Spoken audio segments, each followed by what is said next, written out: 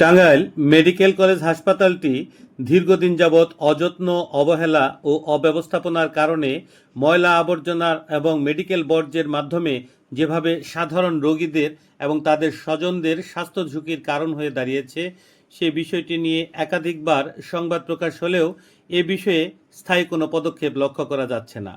দেখতে পাচ্ছেন মেডিকেল বর্জ্যসহ অন্যান্য ময়লা আবর্জনা কিভাবে রাস্তা পর্যন্ত এসে পৌঁছেছে এবং এই ময়লা আবর্জনার কারণে সাধারণ মানুষের ভোগান্তি কতটা বেড়েছে।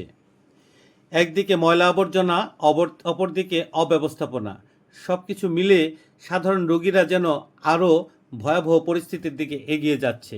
খোলা ময়লা আবর্জনা ও মেডিকেল বর্জ্যের কারণে মশা মাছি বাহিত যে সকল রোগ জীবাণু সেগুলো ছড়িয়ে পড়ার আশঙ্কা দেখা দিয়েছে।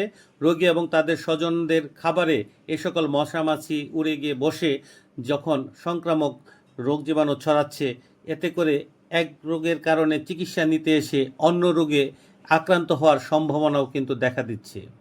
এই সকল অব্যবস্থাপনা এবং অনিয়ম নিয়ে একাধিকবার সংবাদ প্রকাশ হলেও স্থায়ী কোনো পদক্ষেপ লক্ষ্য করা যায়নি।